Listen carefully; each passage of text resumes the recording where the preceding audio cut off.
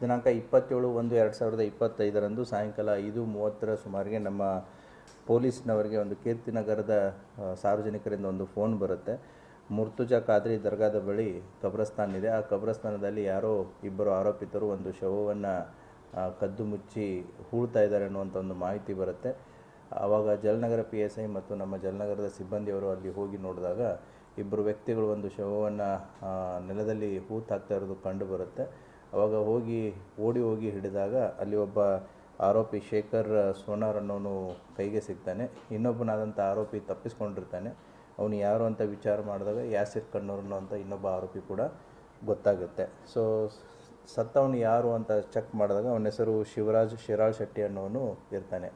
ಈ ಅಕ್ಯೂಸ್ಡ್ ಯಾಸಿರು ಮತ್ತು ಮೃತನಾದಂಥ ಶಿವರಾಜ್ ಶಿರಾಳ್ ಶೆಟ್ಟಿ ಇವರಿಬ್ಬರು ಬಸವನಗರದ ನಿವಾಸಿಗಳಾಗಿದ್ದು ಮೊದಲಿಂದನೂ ಕೂಡ ಪರಿಚಯ ಇರುತ್ತೆ. ಆಮೇಲೆ ಇನ್ನೊಬ್ಬ ಆರೋಪಿಯಾದಂಥ ಶೇಖರ್ ಸೋನಾರ್ನು ಕೂಡ ಮುಂಚೆ ಬಸವನಗರದಲ್ಲಿ ಬಾಡಿಗೆ ಮನೆಯಲ್ಲಿ ಇರ್ತಾನೆ. ಇವನಿಗೆ ಯಾಸಿರ್ನ ಪರಿಚಯನೂ ಕೂಡ ಇರುತ್ತೆ. ಅವತ್ತಿನ ದಿನ ಏನಾಗಿದೆ ಅಂತಂದರೆ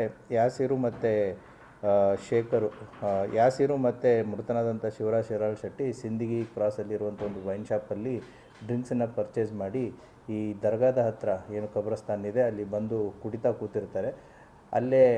ಅದೇ ಸ್ಥಳದಲ್ಲಿ ಇನ್ನೊಬ್ಬ ಆರೋಪಿಯಾದಂಥ ಶೇಖರ್ ಸೋನಾರ್ನು ಅಲ್ಲೇ ಇರ್ತಾನೆ. ಇವರಿಬ್ಬರು ಕುಡಿತಾ ಇವರಿಬ್ಬರ ಮಧ್ಯೆ ಮಾತಿಗೆ ಮಾತು ಬೆಳೆದು ಒಬ್ರಿಗೊಬ್ಬರು ಬೈಕೊಳ್ಳೋದನ್ನು ಸ್ಟಾರ್ಟ್ ಮಾಡ್ತಾರೆ. ಆವಾಗ ಯಾಸಿರ್ ಕಣ್ಣೂರು ಈಗೇನು ಮೃತನಾದಂತಹ ಶಿವರಾಜ್ ಶಿರಾಳ್ ಶೆಟ್ಟಿಗಿದ್ದಾನೆ ಅಲ್ಲಿದ್ದಂಥ ಚಪ್ಪಡಿ ಕಲ್ಲಿನಿಂದ ಮೊದಲು ತಲೆಗೆ ಹೊಡಿತಾನೆ. ಸೊ ತದನಂತರ ಇನ್ನೊಂದು ಕಲ್ಲಿನಿಂದ ಆತನನ್ನು ಜಜ್ಜಿ ಕೊಲೆ ಮಾಡ್ತಾನೆ. ಆಮೇಲೆ ಆ ಶವವನ್ನು ಅದೇ ಕಬ್ರಸ್ತಾನ ಇರೋದ್ರಿಂದ ಆ ಶವವನ್ನು ಅಲ್ಲೇ ಹೂಳೋದಕ್ಕೆ ಪ್ರಯತ್ನ ಮಾಡ್ತಾನೆ. ಅದಕ್ಕೆ ಈ ಶೇಖರ್ ಸೋನಾರ್ನು ಕೂಡ ಕೈ ಜೋಡಿಸ್ತಾನೆ. ಆ ಹಿನ್ನೆಲೆಯಲ್ಲಿ ಇಬ್ಬರು ಆರೋಪಿತರುಗಳನ್ನು ಈಗಾಗಲೇ ಅರೆಸ್ಟ್ ಮಾಡಿ